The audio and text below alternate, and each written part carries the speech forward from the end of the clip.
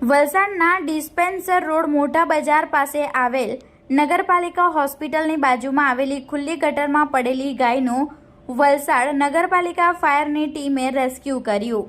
તારીખ 17 જૂન સોમવારના રોજ સવારે 11 કલાકની મળતી માહિતી મુજબ વલસાડ ડિસ્પેન્સર રોડ મોટા બજાર ખાતે આવેલ વલસાડ નગરપાલિકા હોસ્પિટલની બાજુમાં એક ખુલ્લી ગટર આવેલી છે, જ્યાં અવારનવાર મૂંગા પ્રાણીઓ પડતા હોય છે, ત્યારે સ્થાનિકો દ્વારા તેમજ રેસ્ક્યુ ટીમ દ્વારા બહાર કાઢવામાં આવે છે। ત્યારે આજરોજ સવારે એક ગાય ગટરમાં ગરકાવ થઈ હતી। સ્થાનિકોને જાણ થતાં તાત્કાલિક સ્થળે ચેક કરતા ઘટનાની જાણ વલસાડ નગરપાલિકા ફાયરની ટીમને કરી હતી। ફાયરની ટીમ સ્થળ પર દોડી આવી ભારે જહેમત બાદ હેમખેમ પ્રકારે ગાયને બહાર કાઢવામાં આવી હતી। વારંવાર સ્થાનિક દ્વારા રજૂઆત કરવા છતાં પાલિકા તંત્ર દ્વારા હજુ સુધી કોઈ કાર્યવાહી કરી નથી।